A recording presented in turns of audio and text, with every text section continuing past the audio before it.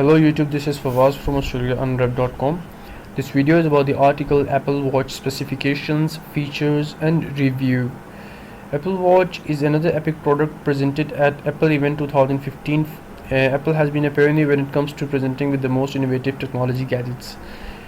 Let's come to the features of this Apple Watch. First of all is the notifications. As the device will land on your wrist, you can be notified about your notifications with a gentle tap created by the smart watch. Number 2 is Siri. Siri is the most intelligent and amazing virtual assistant on the planet right now. Apple Watch also supports Siri. If you need anything done, just tell Siri.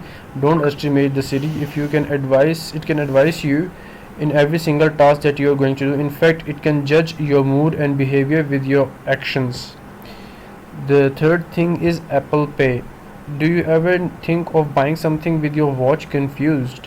I know, but let me explain. You can use secure Apple Pay on your Apple Watch too. Just imagine you're out of your walk without your wallet and iPhone.